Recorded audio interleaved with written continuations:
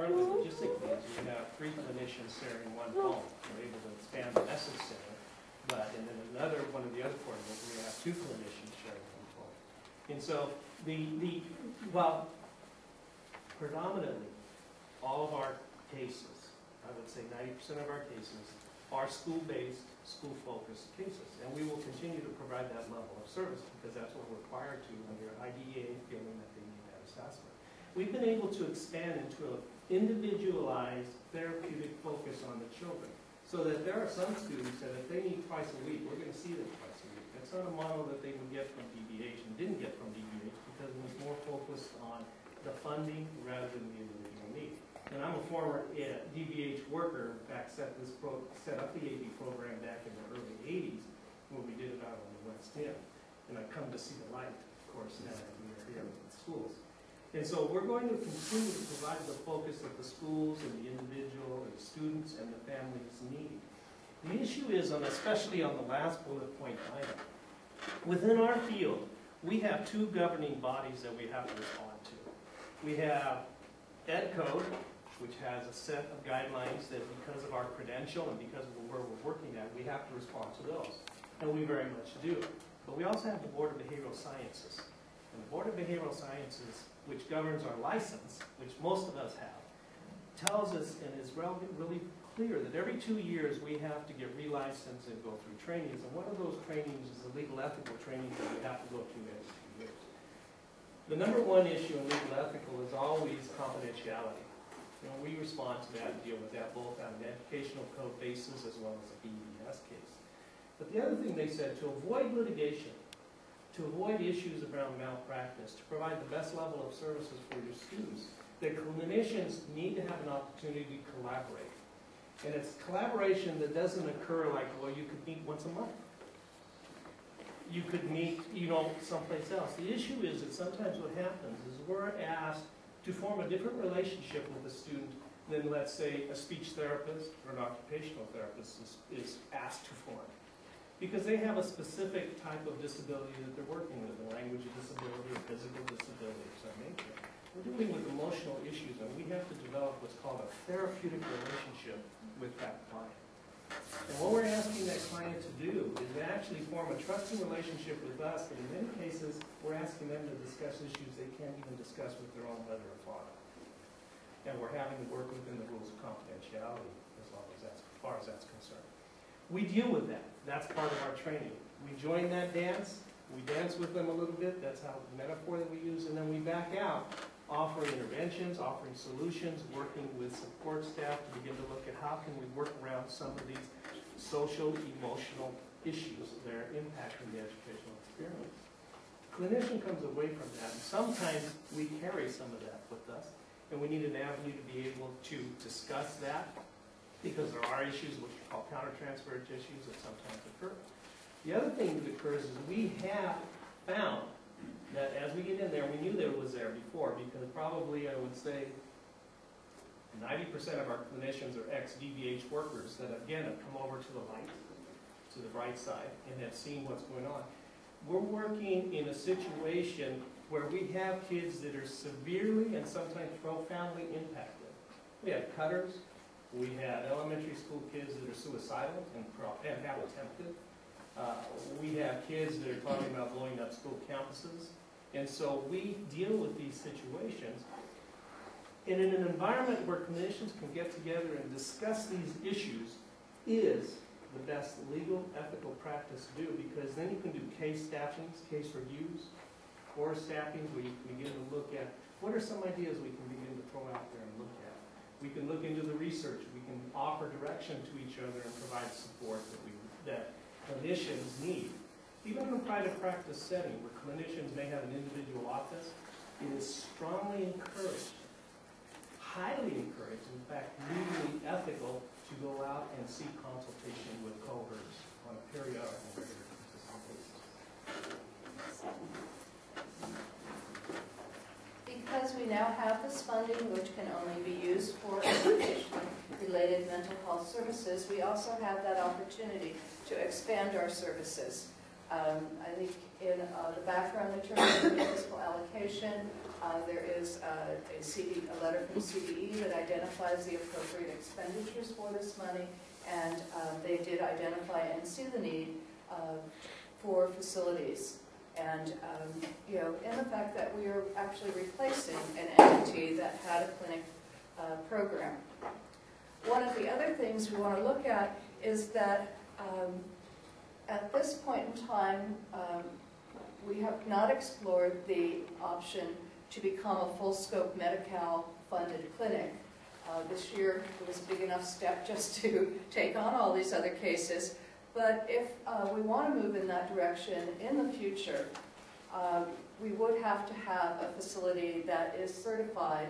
And I know Ontario Montclair and Chino both just went through this process, and as I understand, it was a much longer process than any of you expected. And so, that would be something, there are actually, part of that process involves a site inspection and certain requirements. And those requirements revolve around confidentiality and accessibility.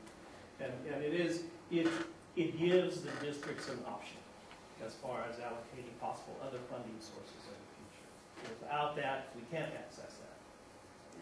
And actually, in discussion with DBH, they initially were not willing to allow us to become a full-scope clinic for special education purposes only. However, in further discussion, Tim Hogan and Mike Schertel have indicated that they would consider that for the West End Southland.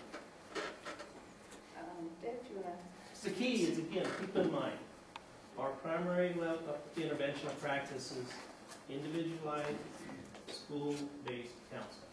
That's where will do and continue to do most of our work, because that's where we go out during the day.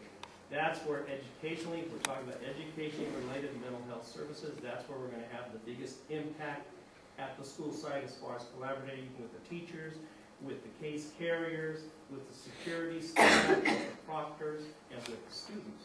So we will continue to provide those services at that level. That's not going to go away. We push for family involvement when we can. Because we all know we cannot require family involvement. We can't write that into the IEP. But we push for it. And we have been able to provide some level of family intervention services in the past. Usually here, we'll reserve a room. If you look at these rooms, if you can think of sitting with a family in this room, what we have is not a clinically oriented type of environment. It's huge. And what we like when you're in a family therapy session is to have some smaller walls so that you can facilitate the communication better. We might have parents sitting over there and the kids wandering around over here. Now, part of that is the function of the clinical environment, saying get the parent to control the child and bring them back. But it's easier in a clinical type of more controlled environment with smaller type rooms. So the meeting rooms here really aren't conducive to the family therapy that we use. One of the things that we were talking about was looking also at the fact of how would we expand services if we were to have a clinic. A lot of that's going to depend on you and your districts as far as determining what needs, as well as the families, because we would get the input from the families as well. And we have come up with the list of some of the services, but these are only brainstorming ideas that we would want to know your part of it. And the survey was sent out to kind of get a rough idea on what are some of the things that the districts are out there and what they're feeling they may need. Some of the things that we could look at doing. One of the things that I have felt being in this field, and before this field I worked, like I said, at DBH and Kaiser Psychiatry, and I also did a little stint as a regional center working for 5 years. A lot of the times what happens is we're dealing with grief and loss issues with families that have a child that's identified as special needs. And once you have a child that's identified as a special need child, you begin to lose that image of the perfect child that you have in your mind. We all have this image that our kids were going to be perfect and born, are going to be president of the United States, or maybe CEO of someplace. And when you have a special need child, one of the things that really needs to be addressed is how did the husband and wife and the family resolve those grief and loss issues. Because if they go left unresolved, that can have a profound impact on the child's relationship and on the educational experience later on. So we begin to look at some of the things we might want to look at is reaching out to a younger age, looking at some of the preschool kids that have been identified as early intervention, needing early intervention services. I've talked to some of even the teachers at the high school level that run the severe profound classes or the autism classes. We're very interested in, what is this grief and loss and how can we do some of that? I know that Cassie's group has even expressed an interest in those kinds of things and beginning to work with some of that. Because just because they're older doesn't mean that those feelings still aren't there. So looking at some of that things, looking at what we can develop.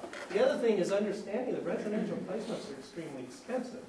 And like Joan had indicated, when a child goes into residential placement, you're pulling them away from that home environment. Now, the residential facilities will say that they do facilitate family involvement, usually a telephone call.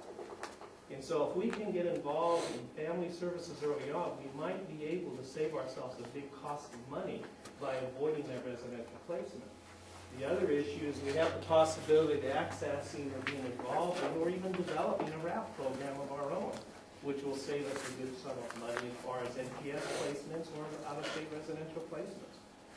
Those are things that you could do within a clinic setting where you can begin to have more of that intensive model. The day treatment program it sometimes sounds like, what do you mean by that? And there were two concepts that we had as far as this was concerned. We have some kids that were, when I was at County Mental Health, we had an adolescent and children's day treatment program. These were the kids that were in your ED classroom that were having a great deal of difficulty maintaining their behaviors in the classroom, of course.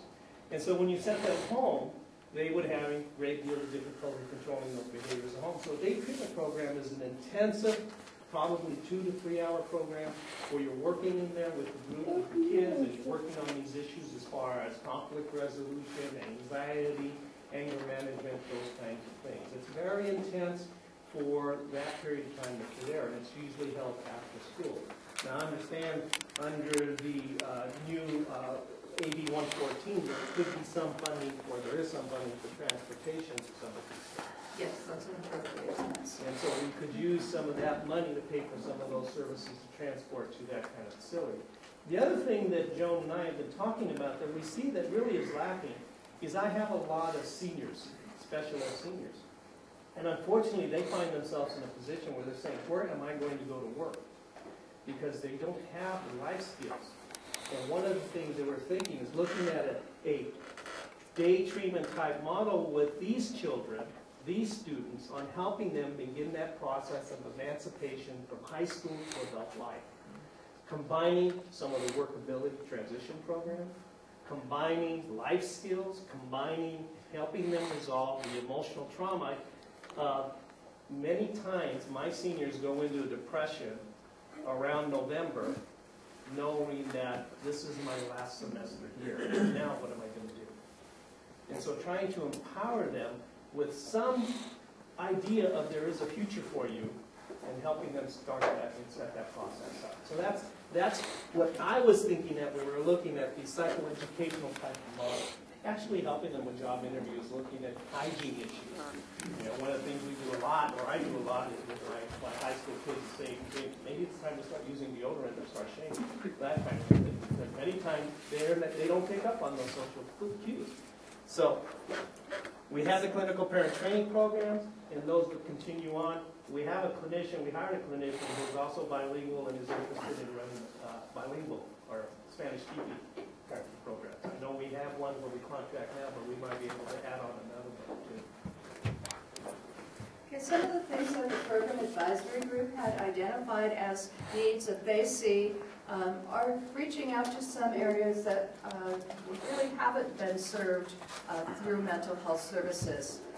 Autism in particular, looking at social skills groups that would address anxiety. Also preschool early intervention.